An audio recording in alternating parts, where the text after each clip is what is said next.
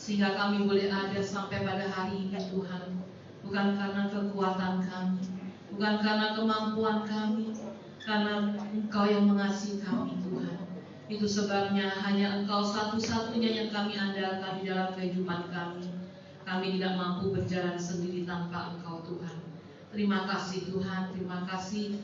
Dan kami telah memuji memuliakan nama Tuhan. Kami percaya Tuhan, semua yang kami naikkan boleh menjadi dupa yang harum di hadapan Engkau.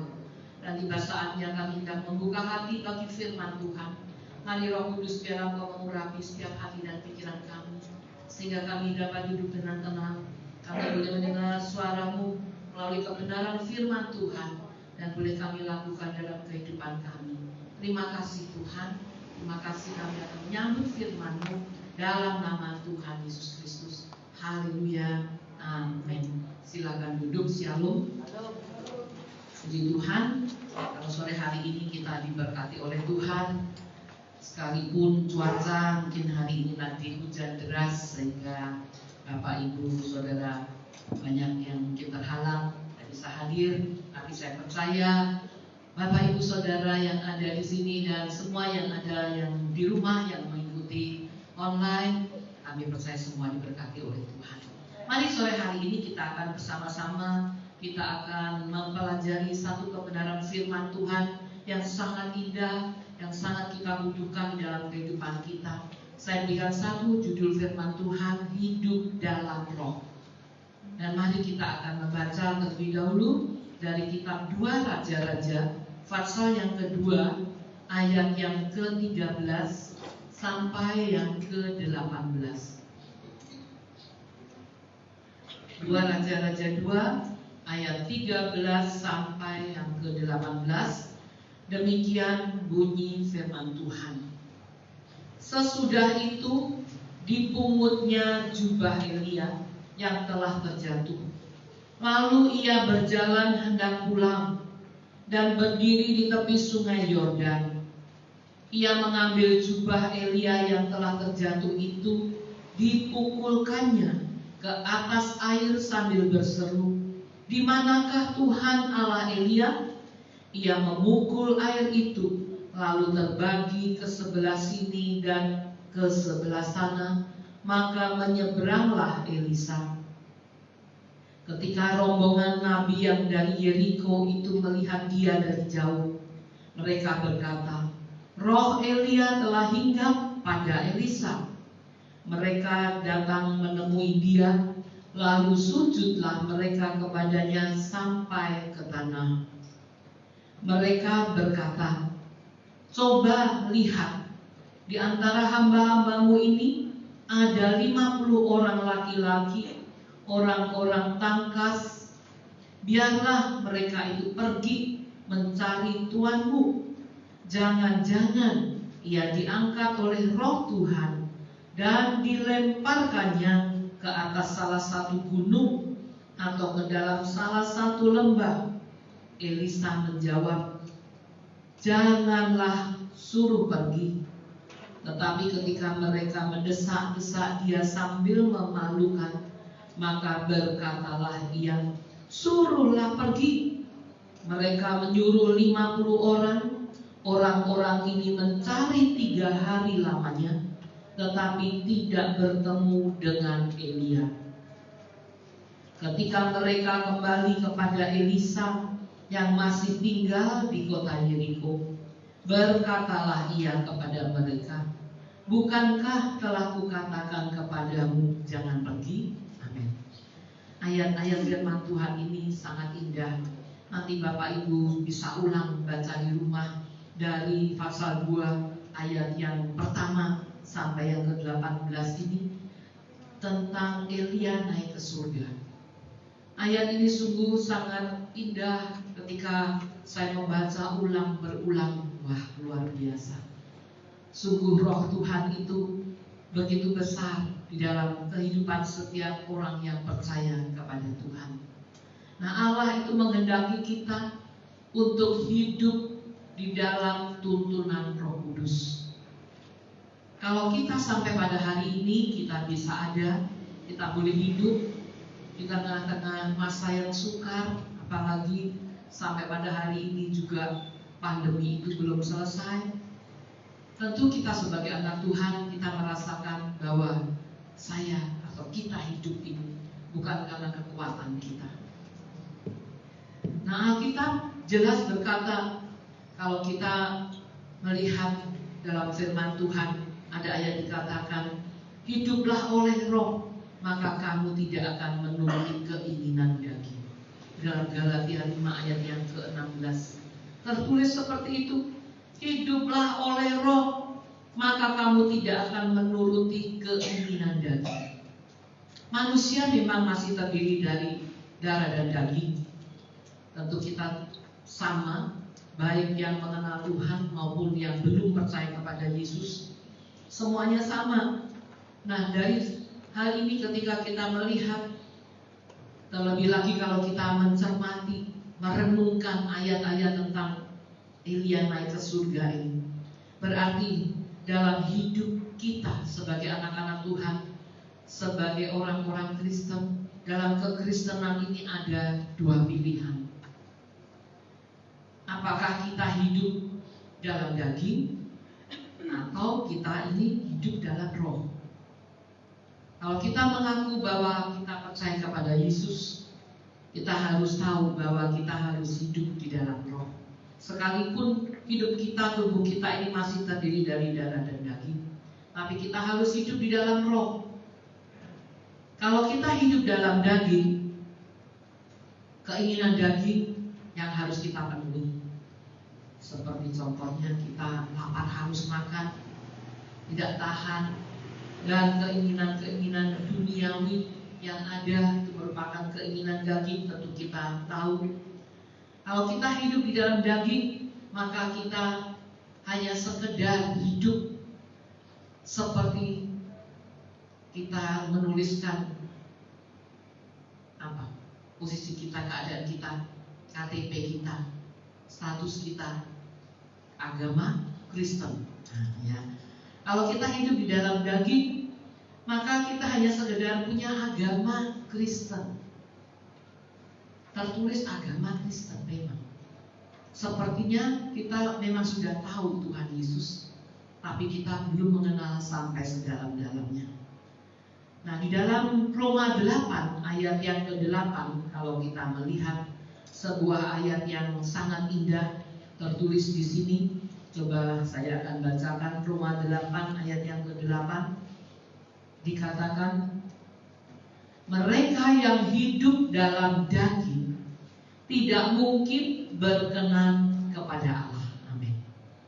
Mereka yang hidup dalam daging tidak mungkin berkenan kepada Allah. Ayat ini sudah dituliskan dalam firman Tuhan yang kita miliki dalam Alkitab kita. Berarti kita sebagai orang Kristen, sebagai orang yang percaya, yang hidup di dalam daging tadi, hanya mengenakan agama sebagai Kristen. Tertulis di KTP kita dengan jelas. Tetapi kita tidak punya kehidupan sebagai orang percaya. Bagaimana sih kita sebagai orang percaya ini harus hidup? Nah, itu kita harus punya, kita harus memilikinya. Nah, orang yang hidup mengenal Tuhan, percaya kepada Tuhan, kita hidup sebagai orang percaya kepada Yesus. Kalau kita hidup demikian, maka kita akan mengalami campur tangan Allah campur tangan Tuhan di dalam hidup kita, sehingga dalam kehidupan saya dan saudara mengalami hidup yang luar biasa, hidup yang begitu indah, dan hidup itu selalu dituntut oleh Allah sendiri, pribadi Yesus sendiri yang selalu menuntut kita, sehingga kita tidak lagi hidup menurut daging kita, menuruti kedagingan kita, karena daging dan darah ini tidak punya tempat dalam kerajaan surga. Bukan berarti kita ini tidak boleh makan, tidak boleh minum, tidak boleh menikmati apa yang ada di dunia ini, bukan. Tetapi yang utama di dalam kehidupan kita ini tidak mengutamakan keinginan daging, tapi kita harus hidup di dalam roh. Tetapi mereka yang mengerti, orang yang percaya hidup di dalam roh, akan mengalami hidup yang kekal sampai selama-lamanya. Dan itu kita harus mengerti, kita harus tahu mengapa kita ini perlu datang kepada Tuhan, mengapa kita ini perlu beribadah, mengapa kita perlu membaca firman Tuhan, mengapa kita perlu melakukan firman Tuhan. Karena kita ini kelak akan hidup mengalami kehidupan yang kekal selama-lamanya. Jadi kehidupan manusia itu tidak nanti setelah mati habis selesai, tidak. Siapapun yang baik yang telah mengenal Yesus Kristus sebagai Tuhan dan Juru Selamat, maupun yang belum menerima Yesus Kristus, semuanya akan mengalami yang namanya hidup selama-lamanya. Hanya tempatnya yang berbeda, di mana hidupnya. Ada dua pilihan juga, hanya ada di surga atau di neraka. Jadi kita harus mengerti hal ini, mengapa kita ini diajar oleh firman Tuhan untuk hidup dalam roh. Kita harus waspadai bahwa segala sesuatu yang berasal dari daging, berasal dari keduniawian ini, itu akan menganiaya sepertinya, menganiaya segala sesuatu yang dari roh. Kedagingan, keadaan dunia, tawaran-tawaran dari kuasa kegelapan si iblis yang ada dalam dunia ini, kalau kita terima dan kita diiming-iming, kita ditunjukkan supaya kita ini terkecoh, dan hal itu tujuannya supaya kita ini dianiaya, supaya kita tidak menerima hidup kekal, supaya kita ini tidak diselamatkan. Nah, orang Kristen yang hidup dalam kehendak daging, keinginan daging, itu akan menghambat apa yang Tuhan bisa kerjakan bagi setiap kita. Bagi kita yang hidup di dalam roh, sebagai anak Tuhan, kita mengerti bahwa hidup dalam roh itu sungguh luar biasa. Maka kita akan mengalami pekerjaan-pekerjaan yang besar yang dilakukan oleh Yesus di dalam kehidupan kita, bukan nanti ketika kita sampai di surga, bukan. Ketika kita perjalanan kita dalam dunia ini, kita sudah mengalami apa yang Tuhan kerjakan, apa yang kita tidak mampu, Tuhan beri kemampuan, apa yang kita tidak bisa, Tuhan akan berikan kepada kita kekuatan. Kalau kita lemah, Tuhan beri kekuatan. Kita susah, Tuhan juga memberikan penghiburan. Tetapi ketika kita ada tawaran-tawaran dalam dunia ini yang sepertinya menganiaya kita ini, roh dari roh yang ada pada kita ini berjalan terus. Dan kalau kita mendengarkan suara bisikan dari iblis, kita akan terkecoh dan kita akan kehilangan berkat yang dari Tuhan. Kita akan tidak mengalami apa yang Tuhan lakukan dalam kehidupan kita, sehingga hidup kita ini tidak berkenan kepada Tuhan. Dan ini yang harus kita raih, harus kita kejar. Kehidupan kita ini harus berkenan kepada Tuhan. Nah, sekarang pertanyaannya, mengapa Allah ini menghendaki kita ini hidup dalam tuntunan roh? Kita perlu belajar, mengapa Allah itu menghendaki kita hidup dalam tuntunan Roh Kudus-Nya. Mengapa tidak biasa saja semaunya? Memang Allah memberikan kehendak bebas bagi setiap kita. Nah, kita akan melihat beberapa hal pada sore hari ini. Mengapa Allah menghendaki kita ini hidup dalam tuntunan Roh Kudus-Nya? Yang pertama, karena orang yang hidup dalam tuntunan Roh akan berjalan dalam kuasa. Orang yang hidup dalam tuntunan Roh akan berjalan dalam kuasa. Kita tahu bahwa kehidupan kita ini, siapakah kita? Kita manusia yang penuh dengan dosa. Dan seringkali kita mendengar bahwa Tuhan Yesus begitu mengasihi manusia, mengasihi dunia ini, tidak terkecuali siapapun juga. Dia berikan hidupnya, mati di atas kayu salib untuk menebus segala dosa manusia. Sehingga kepada siapa yang percaya kepada Dia, menerima Yesus yang sudah mati menebus segala dosa kita, maka kita dibebaskan, kita dibenarkan. Hidup kita yang penuh dengan dosa jadi benar, dibenarkan. Dan karena yang lalu kita sudah menanggung dosa, dan dosa itu harus dihukum. Bahkan hukum dosa itu pun tidak ada lagi buat kita, bebas. Tidak ada surat hutang buat kita untuk kita ini kelak akan dihukum karena dosa kita. Betapa luar biasanya apa yang Tuhan Yesus sudah lakukan bagi kita manusia. Itu sebabnya Tuhan mau supaya kita percaya. Dan ketika Tuhan Yesus mati dan bangkit, kemudian Dia naik ke surga, dan ada banyak janji yang Tuhan berikan buat kita. Salah satunya, Dia naik ke surga untuk menyediakan tempat bagi kita. Disediakan rumah di surga di sana. Bagi siapa?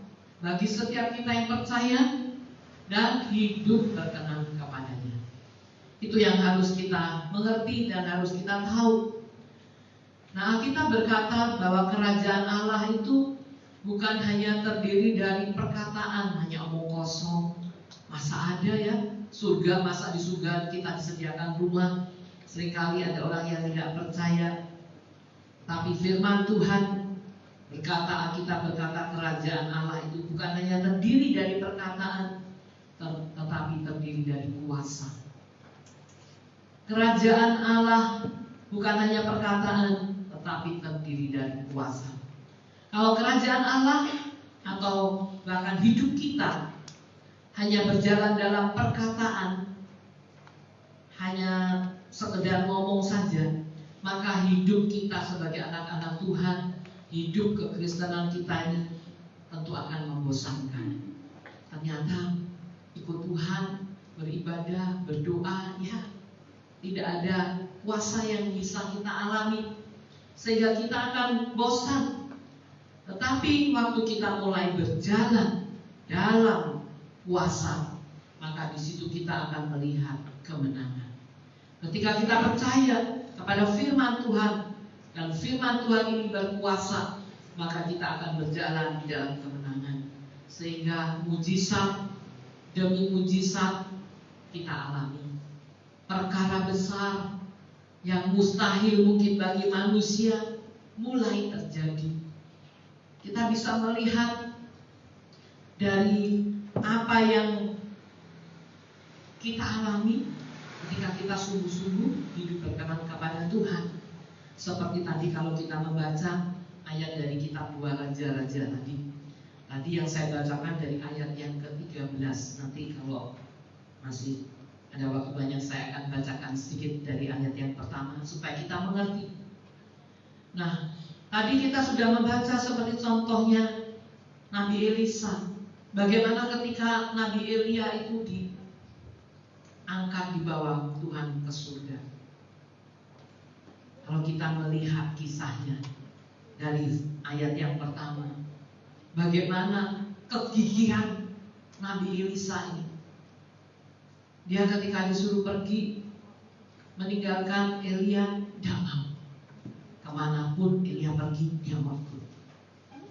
Akhirnya ikut sampai di perhentian di sebuah kota, dikatakan untuk meninggalkan Elia. Elisa tidak mau pergi. Terus begitu, dan dia mengikuti. Mengapa demikian? Saya percaya tentu Elisa ini mengalami bersama dengan Elia, ini mengalami pengalaman bersama dengan Tuhan. Ketika Roh Tuhan memimpin Elisa bisa melihat, bisa mengalaminya, sehingga apa yang diminta untuk meninggalkan pun tidak disetujui oleh Elisa. Coba sebelum lanjut saya bacakan saja dengan cepat supaya kita mengerti. Kita baca mulai 2 Raja-Raja 2 ya, ayat yang pertama. Nanti beberapa ayat saya bacakan. Coba saya bacakan mulai ayat yang pertama. Menjelang saatnya Tuhan hendak menaikkan Elia ke surga dalam angin badai, Elia dan Elisa sedang berjalan dari Gilgal. 2. Berkatalah Elia kepada Elisa, baiklah tinggal di sini, sebab Tuhan menyuruh aku ke Betel. Elia disuruh lanjut pergi ke Betel. Tetapi Elisa menjawab, demi Tuhan yang hidup dan demi hidupmu sendiri, sesungguhnya aku tidak akan meninggalkan engkau.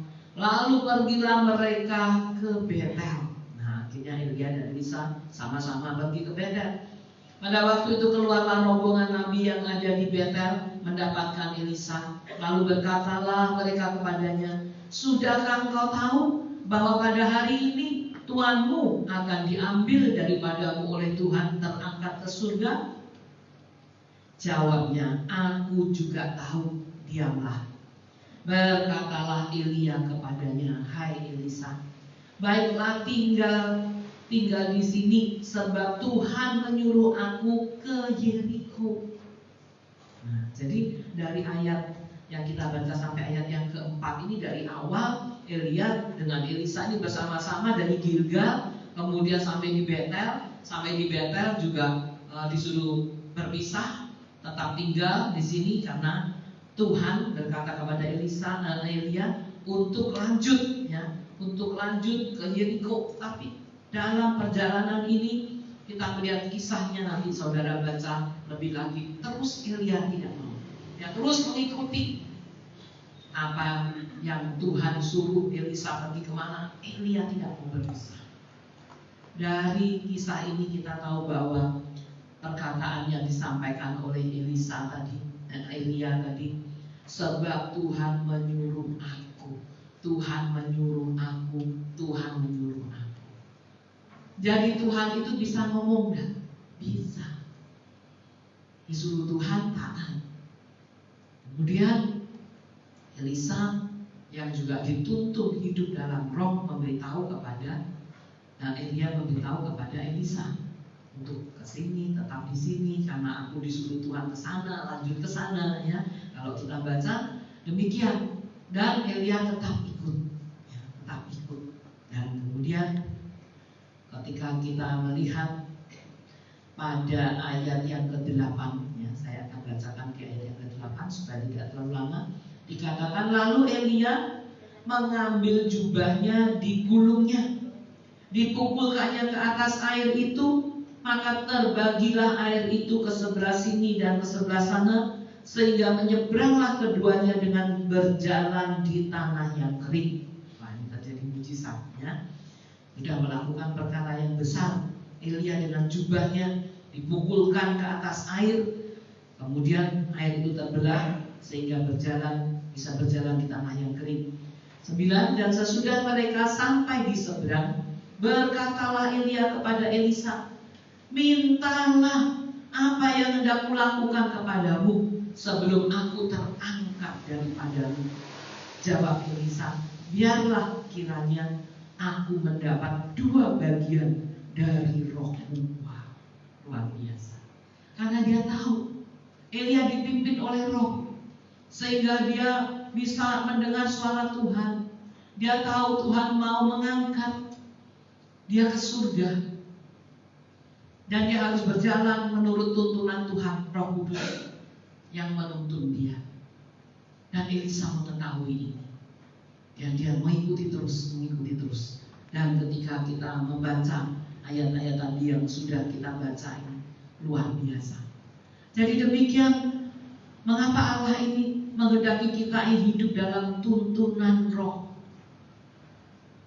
Itu tadi supaya kita ini mengerti, tidak hidup semau kita, semau daging kita, tidak sekehendak hati kita.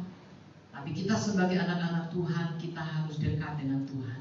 Kita harus banyak berkomunikasi dengan Tuhan. Dia pribadi, Roh Kudus yang ada di dalam setiap kehidupan saudara. Dia tidak jauh, dia dekat. Bisa kita ajak ngobrol, bisa kita ajak berbicara. Jadi tadi yang pertama, karena orang yang hidup dalam tuntunan roh akan berjalan dalam kuasa. Tuhan yang memimpin dengan kuasanya yang dahsyat. Yang kedua, karena orang yang hidup dalam tuntunan roh akan mengeluarkan buah-buah Roh Kudus. Orang yang hidup dalam tuntunan roh itu mengeluarkan buah-buah Roh Kudus. Kalau sudah tertanam sebagai anak Tuhan, kita punya kebenaran firman Tuhan. Berarti seperti merupakan akar. Kalau sebuah tanaman seperti akar, kita punya akar yang benar, akar yang kuat. Kita hidup dalam roh, maka buah-buah yang keluar dari kehidupan kita juga menjadi luar biasa.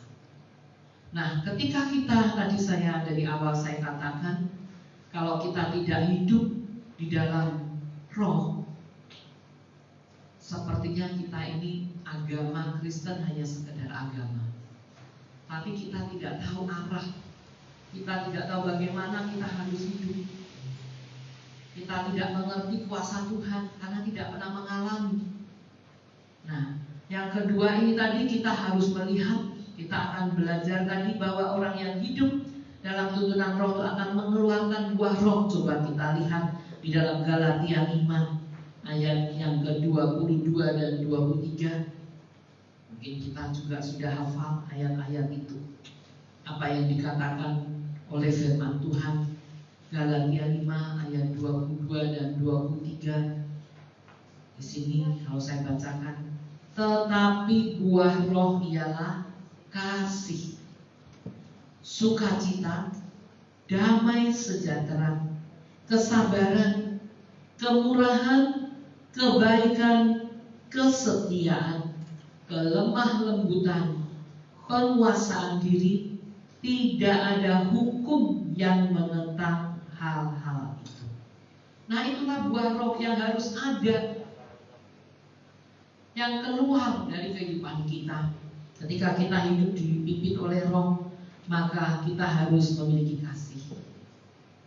Kasih kepada siapapun juga. Dalam rumah tangga, kasih terhadap istri, terhadap anak, orang tua.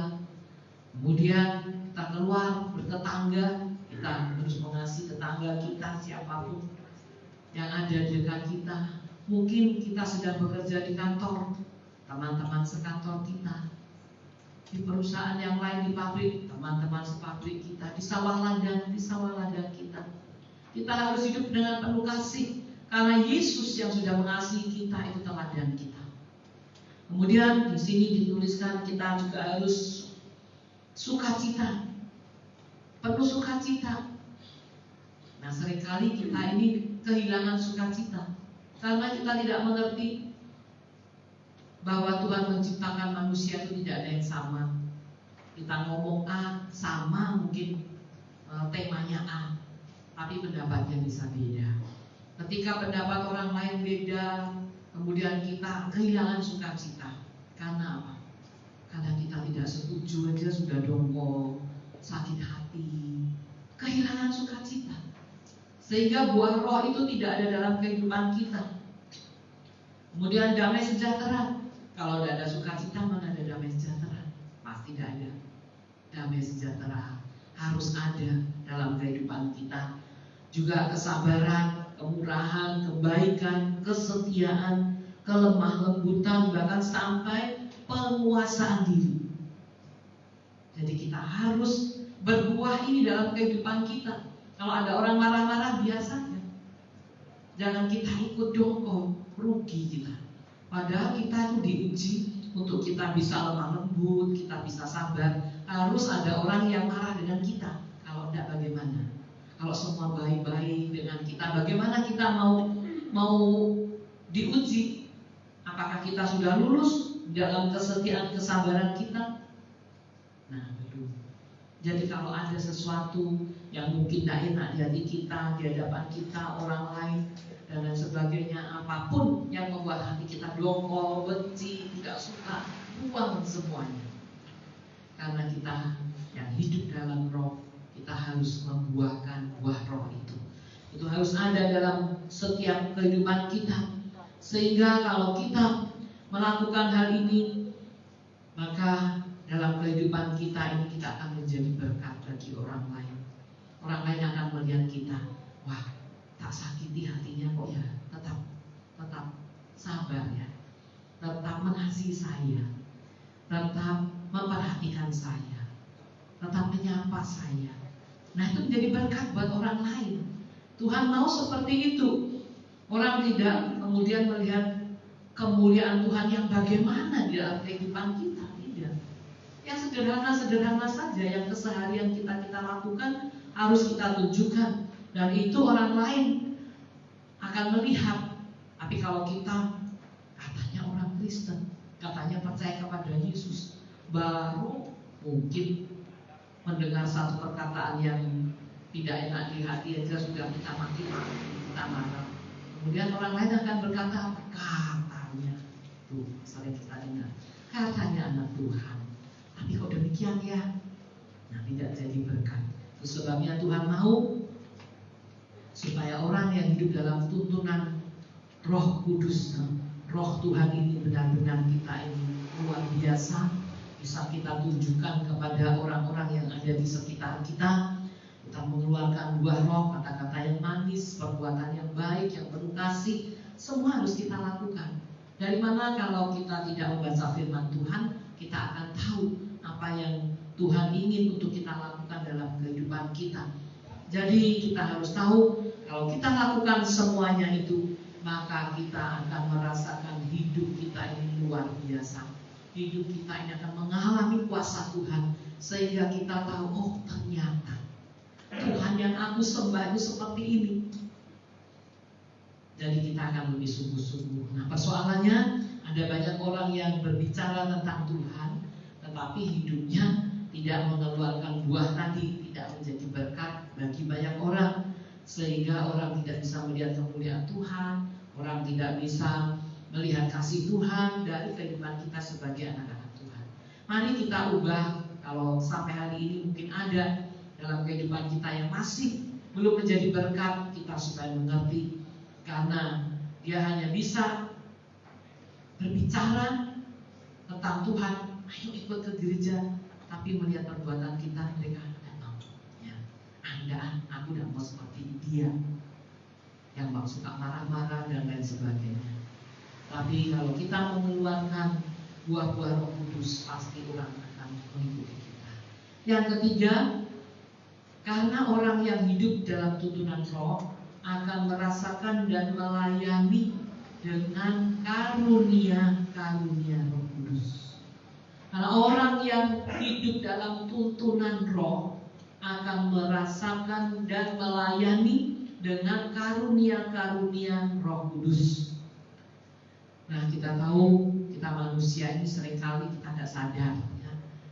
Kalau kita melakukan sesuatu kita tidak sadar. Tapi mari mulai hari ini kita mau menyadarkan diri kita, supaya segala apa yang kita lakukan ini benar-benar menjadi berkat buat orang lain. Kekuatan dan kemampuan kita sebagai manusia itu terbatas.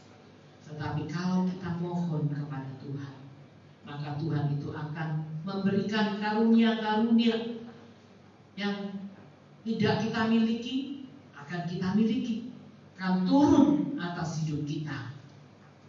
Maka dengan keadaan kita yang kita melakukan, melayani dengan karunia-karunia Roh Kudus, melayani bukan berarti hanya di mimbar ini saja. Seperti tadi yang sudah saya uraikan, dimanapun kita berada, di tetangga kita, di kantor kita, di sekolah kita, di sawah ladang kita, dimanapun kita berada, kita tentu berjumpa dengan orang-orang yang mungkin membeli dagangan kita, yang mungkin berinteraksi dengan kita dan lain sebagainya. Itu semua harus kita melayani dengan kasih karunia Allah.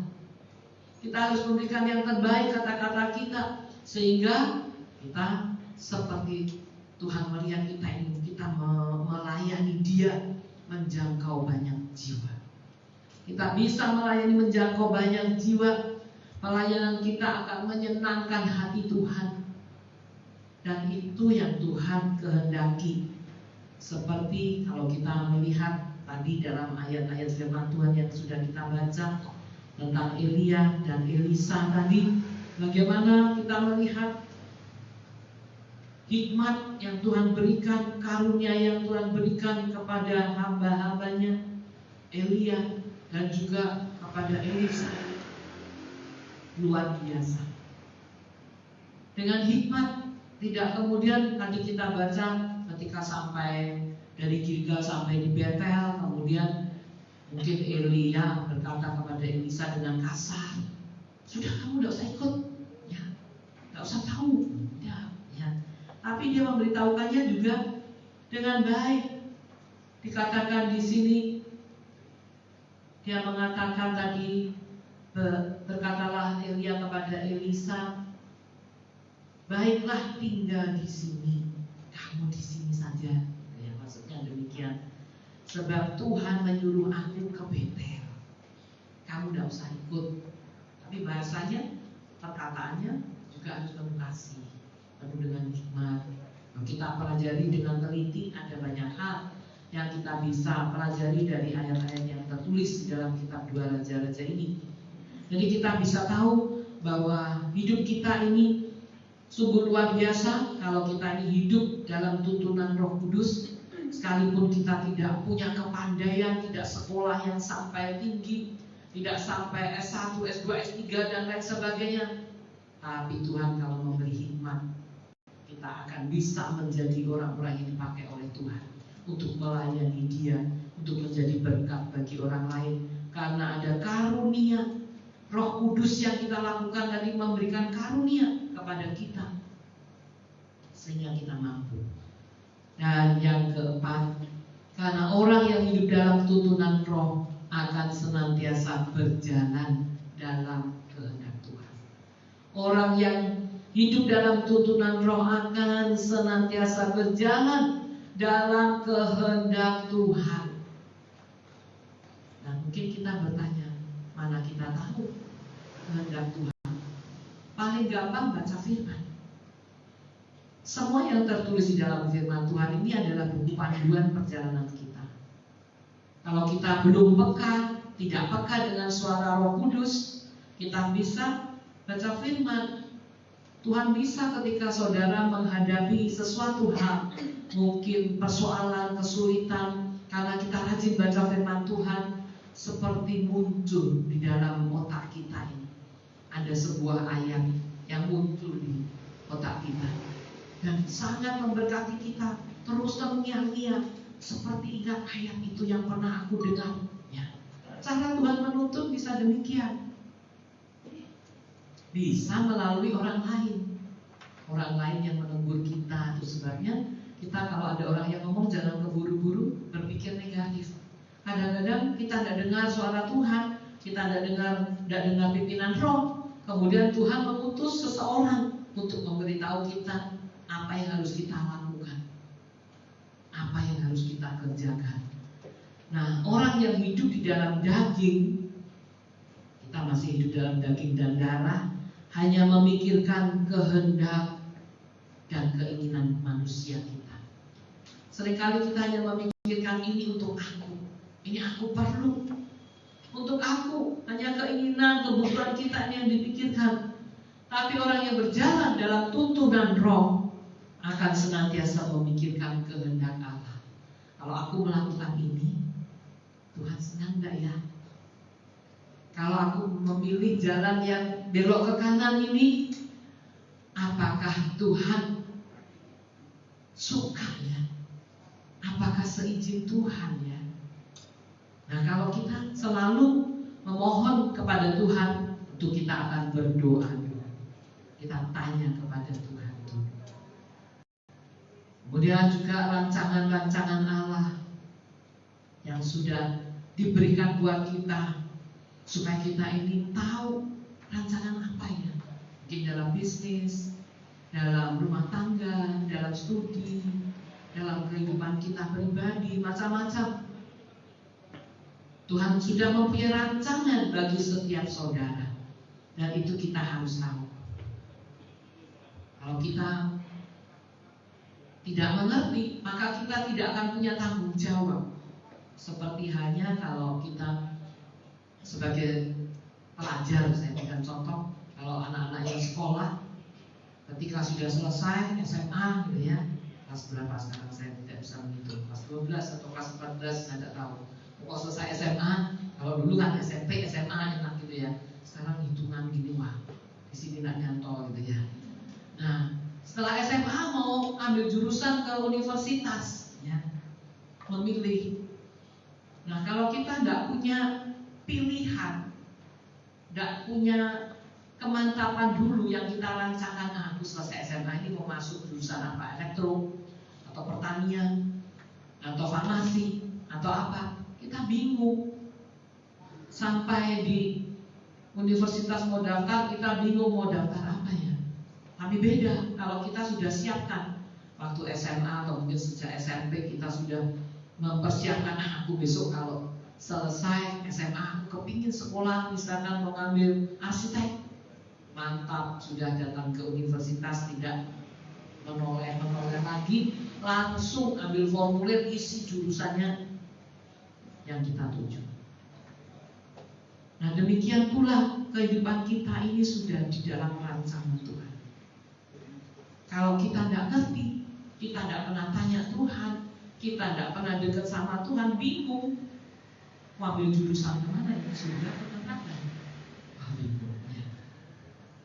Nah, jadi kita harus mengerti, kita harus tanya Tuhan, biarlah kita berjalan dalam tuntunan Roh dan senantiasa memikirkan apa yang jadi kehendak Tuhan, apa yang sudah dirancangkan Tuhan dalam hidupku.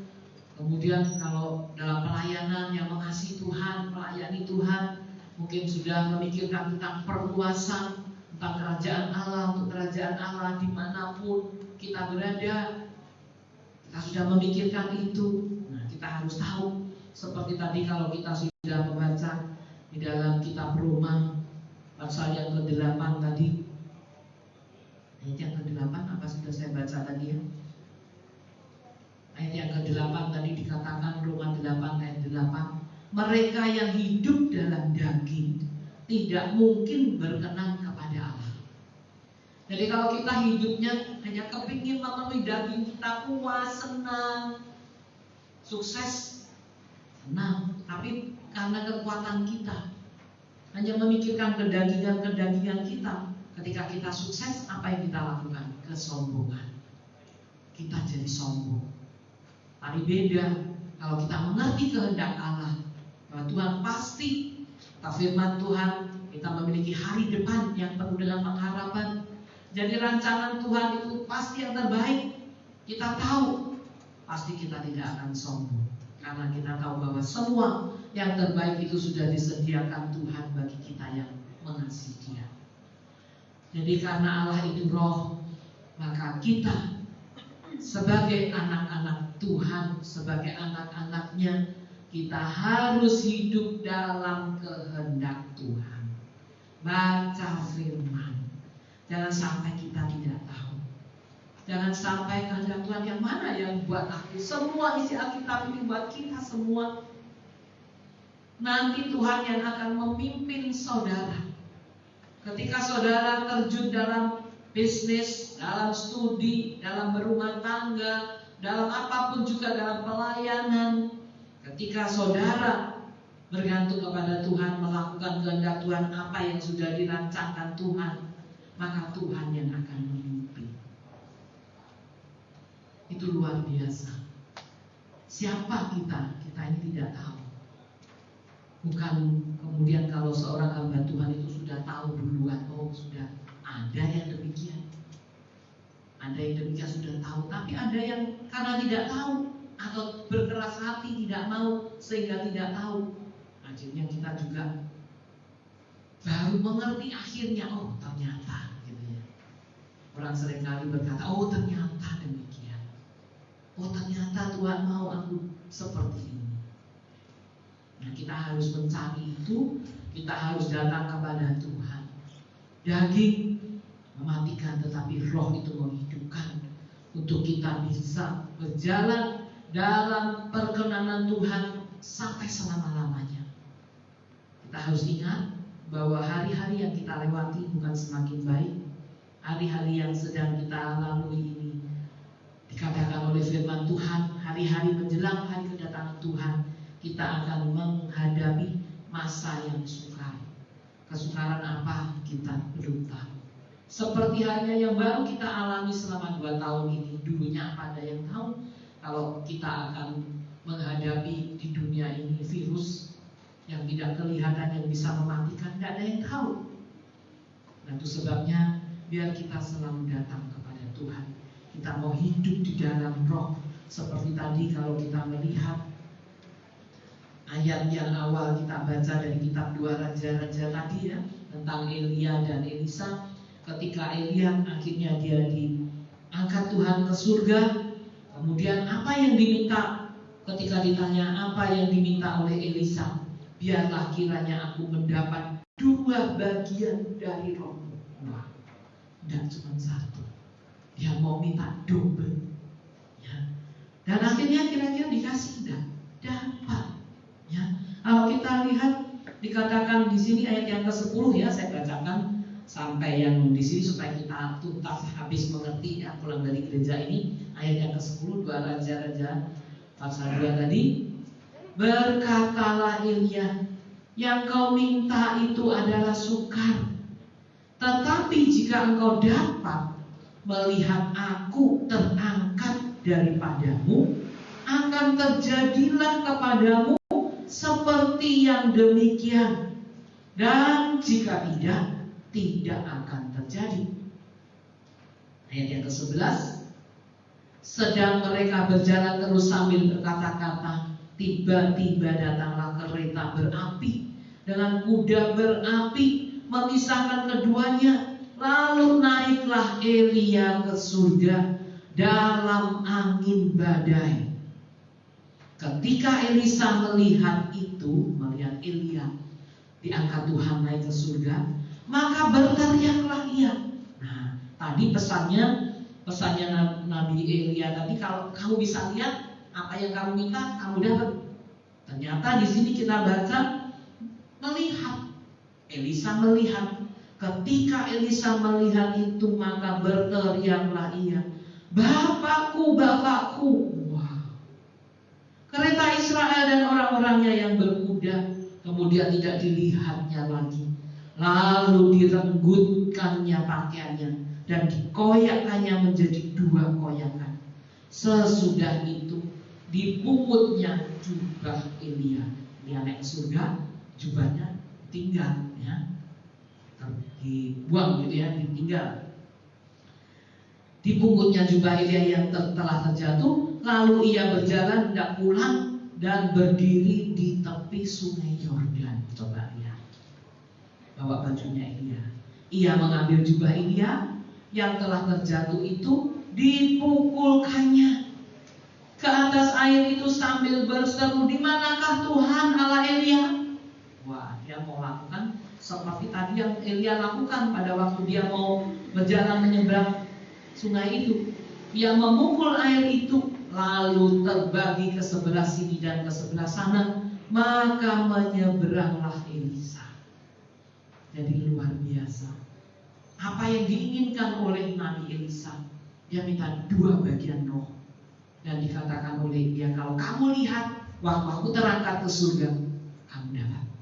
Ternyata Elisa melihat, jadi dia dapat. Dan apa yang dia pegang tadi jubah, dia mau balik, dia juga pukulkan di atas air. Airnya terbelah tak? Terbelah. Jadi kuasa itu diterima oleh Elisa juga. Dan kemudian tadi kita sudah baca yang di bawahnya ya. Jadi kita tahu bahwa kalau kita hidup di dalam roh itu dahsyat. Jangan kita kemudian berkata, ya itu kan Nabi Elia, itu kan Nabi Elisa. Bagaimana dengan aku? Bagaimana dengan kita yang manusia biasa, bukan nabi? Tapi percayalah, janji Tuhan. Kalau kita melihat ayat di dalam Kisah Para Rasul, saya tadi lupa bacakan dalam Kisah Para Rasul 1. Ketika Yesus terangkat ke surga, saya mau ingatkan kepada saudara apa yang dikatakan dalam Kisah 1 ayat yang ke-8. Di sana dikatakan, tetapi kamu akan menerima kuasa kalau Roh Kudus turun ke atas kamu, dan kamu akan menjadi saksiku di Yerusalem dan di seluruh Yudea dan Samaria dan sampai ke ujung bumi. Amin. Ketika Tuhan Yesus naik ke surga, dia berjanji, dia tidak meninggalkan kita sendirian, tapi dia memberikan Roh Kudus yang tinggal dalam setiap hati saudara yang percaya kepada dia. Untuk apa? Tadi kita sudah baca, kamu akan menerima kuasa. Kalau di dunia ini menerima kuasa, bagaimana? Untuk mendapatkan kekuasaan, bayar. Ada harga yang harus dibayar. Bayarnya bukan cuma percaya. Oh percaya, aku nanti dapat kedudukan, dapat kuasa di perusahaan itu atau di pemerintahan dan lain sebagainya. Tapi Tuhan tidak ada bedanya, tidak perlu kedudukan apa saja, siapapun saudara. Kalau saudara percaya kepada Tuhan, dikatakan kamu akan menerima kuasa kalau Roh Kudus turun ke atas kamu, dan kamu akan menjadi saksiku di Yerusalem dan di seluruh Yudea dan Samaria dan sampai ke ujung dunia. Untuk apa kuasa itu? Tadi sudah saya uraikan banyak. Tuhan akan menyertai kita. Tuhan akan memampukan kita. Yang tidak ada akan dijadikan ada. Yang saudara tidak kuat, saudara diberi kekuatan.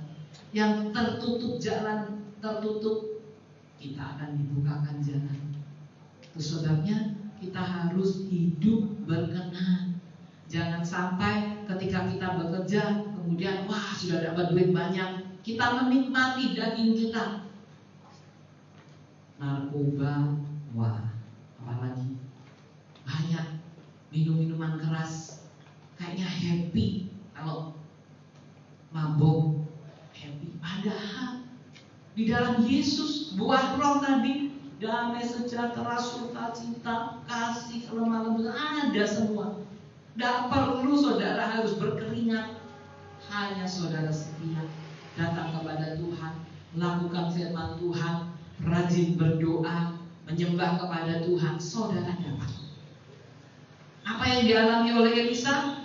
Mana mungkin ya, kalau saudara sungguh-sungguh dapat, bisa. Kita itu hidup di alam supranatural, Tuhan memampukan kita. Kalau kita biasa komunikasi dengan Tuhan, hidup dekat dengan Tuhan, saudara bisa dengar seperti Nabi Elia tadi disuruh ke sana dulu, diberitahu temannya jangan ikut, bisa tahu, bisa. Saya sering bersaksi. Tapi kalau kita dengar dengan kemudian buat kesombongan kita, wah, aku dengar suara Tuhan, kemudian kita seperti jadi tekuk. Nah, buat kita melakukan sesuai dengan kehendak Tuhan, karunia-karunia yang Tuhan berikan pada kita, sehingga kehidupan kita ini mengalami kedahsyatan dari Tuhan. Dan apapun yang saudara alami dalam dunia ini, kesulitan, kesukaran, susah, apa saja yang kita alami sampai pada hari ini, saudara tidak akan takut, karena saudara punya kuasa. Dan itulah kekristenan yang hidup di dalam Roh, dipimpin oleh Roh. Mari lakukan itu. Pasti saudara akan rebutan bersaksi. Setiap minggu saya mau saksi. Karena itu yang Tuhan berikan buat kita. Sebabnya firman Tuhan hari ini saya percaya kita semua, baik yang di tempat ini maupun yang di rumah, biar kita mau belajar hidup dalam Roh. adakan Tuhan dalam kehidupan kita, dan saudara akan mengalami kemenangan. Amin. Kita akan menyanyikan sebuah pujian. Roh Kudus hadir di sini.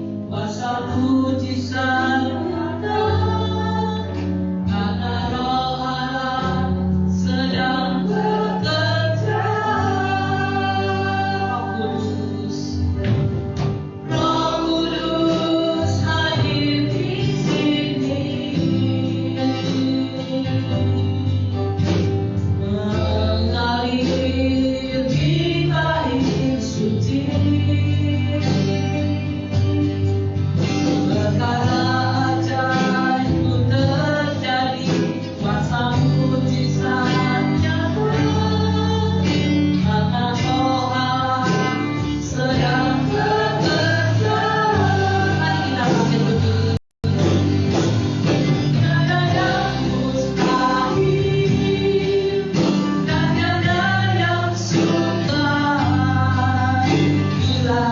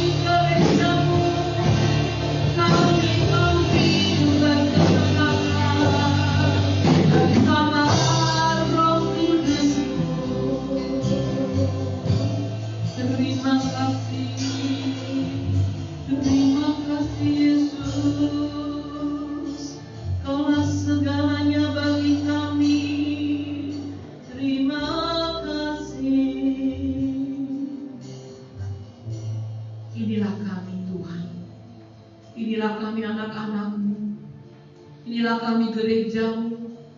Engkau melihat setiap hati kami. Kami percaya kepada Engkau Tuhan. Dan kami mau Tuhan hidup di dalam Roh Kudus. Kami mau Tuhan Engkau selalu menuntun, memimpin setiap langkah hidup kami. Sehingga kami tidak Tuhan mencari kesenangan daging kami. Kami mau selalu menyenangkan hati Tuhan. Kami mau Tuhan hidup kami berkenan kepadamu. Sehingga apapun Tuhan yang menjadi kebutuhan kami, masalah kami, persoalan kami, kesukaran kami, apapun Tuhan, dalam perjalanan kami di dunia ini Tuhan, kami tidak takut. Karena Engkau yang menyertai kami. Engkau yang akan menuntun setiap langkah hidup kami. Kami percaya Tuhan apa yang menjadi pengalaman Elisa akan menjadi pengalaman kami. Engkau yang akan memberikan kepada kami Tuhan hikmat, karunia-Mu Tuhan, untuk kami boleh lakukan dalam kehidupan kami, untuk kami boleh semakin setia kepada-Mu, sehingga hidup kami Tuhan berkenan kepada-Mu, sehingga hidup kami boleh menjadi berkat bagi banyak orang. Hidup kami mengeluarkan buah-buah roh seperti apa yang Tuhan ingin untuk kami lakukan. Terima kasih Tuhan. Ampuni Tuhan kalau selama waktu-waktu ini Tuhan, ada di antara kami mungkin yang meremehkan firman Tuhan. Ada di antara kami yang mungkin tidak percaya, dan kami hanya memuaskan kedagingan kami. Ampuni kami Tuhan. Dan mulai hari ini kami mau hidup dipimpin oleh Roh, sehingga kami Tuhan boleh berkemenangan. Selama kami ada dalam dunia ini, apa yang Kau percayakan dalam hidup kami boleh menjadi berkat juga bagi orang lain. Terima kasih Tuhan. Terima kasih buat kebenaran firman-Mu. Tanamkan dalam hati kami Tuhan. Dan kami mau terus untuk kami setia kepada-Mu, mengasihi Engkau. Terima kasih Tuhan. Terima kasih, terpujilah nama-Mu dalam nama Tuhan Yesus. Dan semua kita bersama berkata amin. Silakan duduk dengan penghamba Tuhan. Saya kembali menyanyikan.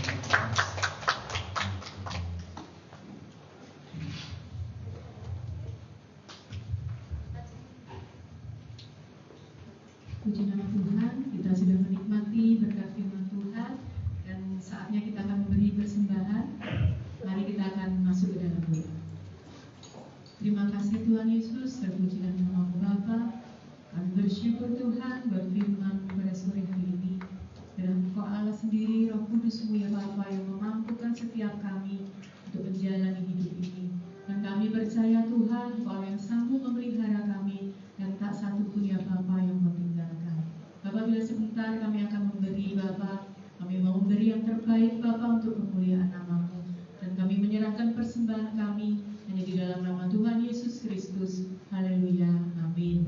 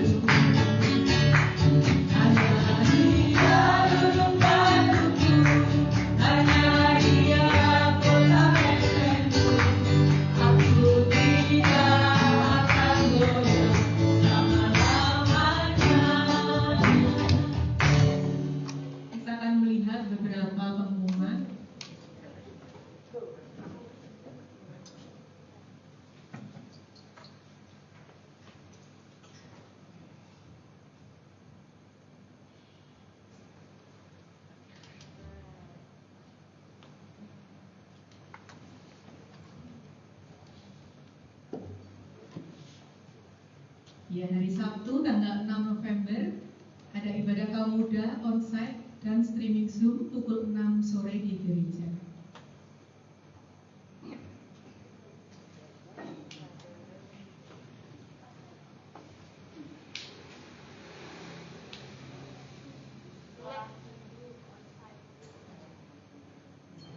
Pengumumannya masih perjalanan.